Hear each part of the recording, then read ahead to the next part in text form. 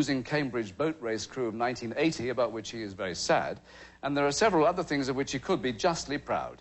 His performance as the Prince Regent in Blackadder, as Woodhouse's creation Bertie Wooster, and as one of the eponymous heroes of a bit of Fry and Laurie. Ladies and gentlemen, Hugh Laurie.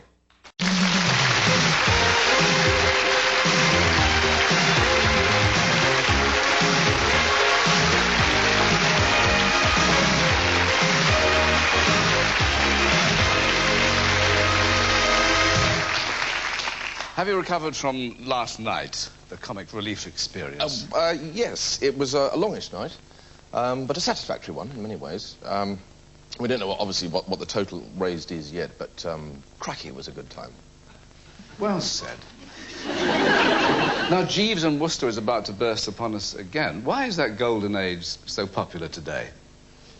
Well, that's... I don't know if it's the age. I mean, I would hope, really, that the big attraction is the books themselves, which are terribly funny, but although you're right to see Poirot is almost exactly the same age.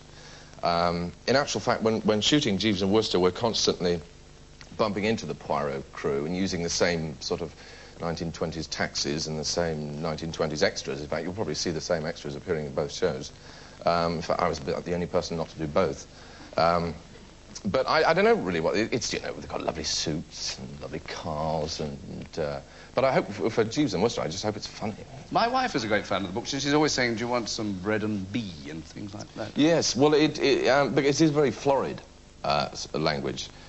We have, when shooting the thing, a lot of the crew who are fairly... I wouldn't say foul-mouthed, but, you know, have their own rich Anglo-Saxon way of putting things, would often take on this wonderful language, and when dropping a spanner on their foot, it would be, oh, heck, or dash it, you know.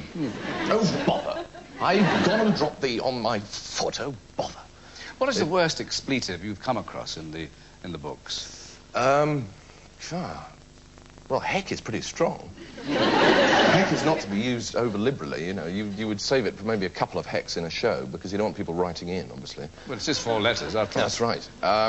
There's one I particularly remember of Bertie leaving a room after an argument, and he sort of lost the argument, and he stands in the doorway and he says, "Tinkety-tonk," I said, and I meant it to sting. Oh, this is just so sweet. It is quite powerful stuff. I tell you what, let's refresh our memories of Jeeves's skill at saving Bertie's bacon. Righty-ho. So, you ruined the syndicate just for bingo.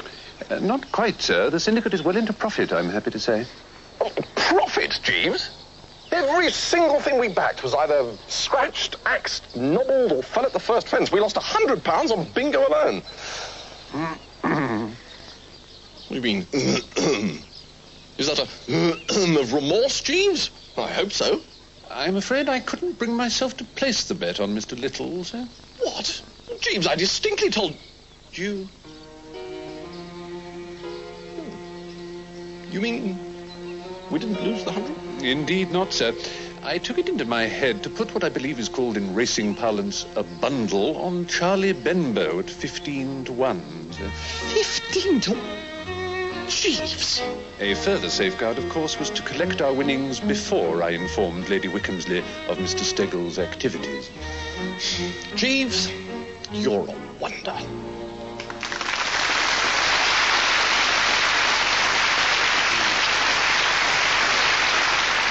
But you're a bit of a Bertie Wooster yourself. I mean, Eton and Cambridge and all that. A bit posh, isn't it?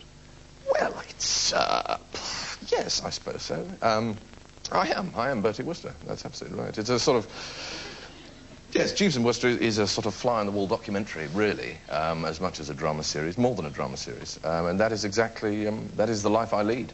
And it's just a question of where you put the camera in the room, you know, as I'm going about my... Did you read anthropology? Did you find that useful? I didn't really read anthropology. I mean, officially I did, it says on the... But I didn't really. Have I found it useful? Well, if I had read it, I'm sure it would have been absolutely fascinating. They tell me it's a gripping subject. But you didn't graduate with honours, then? I haven't graduated at all, actually. It's actually still in the post. 10 years later, I'm what's called a graduand. That doesn't sort mean of pending me graduate, is it? Yeah, that's right. Yes, I'm in the pending tray. And I apparently have to go down there and sign on the line and have a lunch and put on a gown, if I ever want it, you know. But you were there for other reasons then, were you? Well, yes, I was. That's right. I went there to row. I'll be blunt with it. It's been 10 years, and I think the admissions tutor can take it now, because obviously I had to lie, when I was applying through my teeth. But that's really what I went for. And anthropology was the most convenient subject to read while spending 8 hours a day on the river. Yes.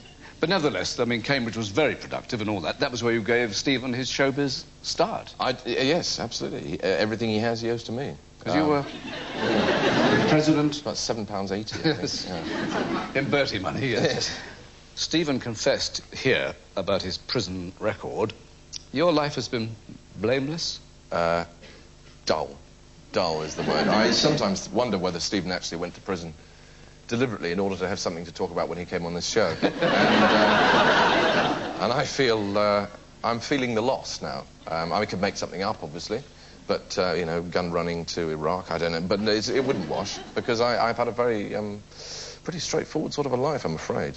Well, you hinted at international intrigue then. You were in America, in Washington, weren't you, at the time of the Gulf deadline? Yes, we were. Yes, it was a very interesting story behind it. It had better be. Because Jeeves and Wooster had just shown in America as part of this thing called Masterpiece Theatre, which is where they watch all English drama, sort of upstairs, downstairs, and Brideshead and all that sort of thing.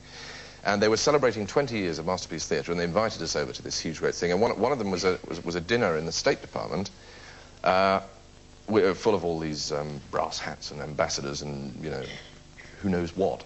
And I sat next to President Bush's daughter. Yes, ladies and gentlemen. Well, I mean, it was worth a mention.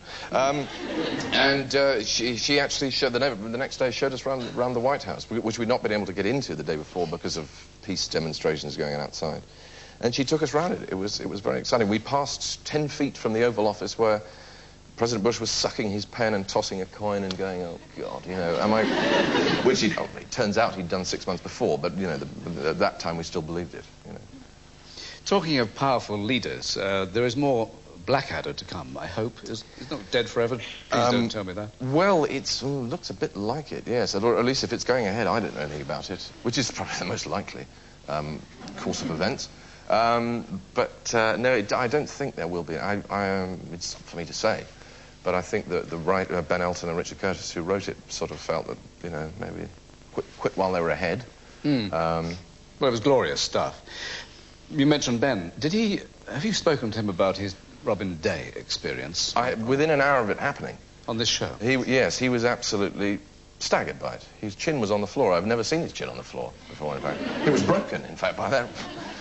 He was absolutely staggered by it. And I think he's got a bit bonkers, isn't he, to be honest? Robin Day? I don't know. I mean, you sat next to the man, but he looks a bit out of his tree to me.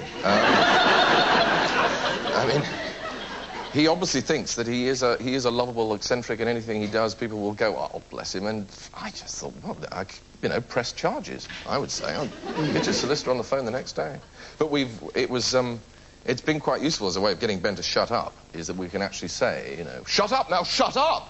I am talking, will you shut up? Yes. Extraordinary. Well, I'm glad you're able to... But you meet them all, don't you, here? I see it all. Yeah, violence, absolutely. Sex, drugs, drink, it all happens right here. Soon? Yes, any minute now. We'll have a commercial break soon, and then we'll do it. Right. But I didn't notice, by the way, anything in your biography, Hugh, about singing. Do you warble? To myself, yes. In fact, no. I have occasionally warbled in public. It's a pretty terrifying affair. I have nothing but admiration for people who can do it. But I've not hear it. Yes. Well, I'm not going to ask you to now. Good. Because that slot is occupied by my next guest, whom I will now introduce. At the age of 14, she used to run from the schoolroom to the recording studio. At 16, she was a TV presenter, but she has, as one writer put it, survived the hazards of teenage prodigy. At the recent Brits Awards, she was named Best Female Artist. Ladies and gentlemen, Lisa Stansfield.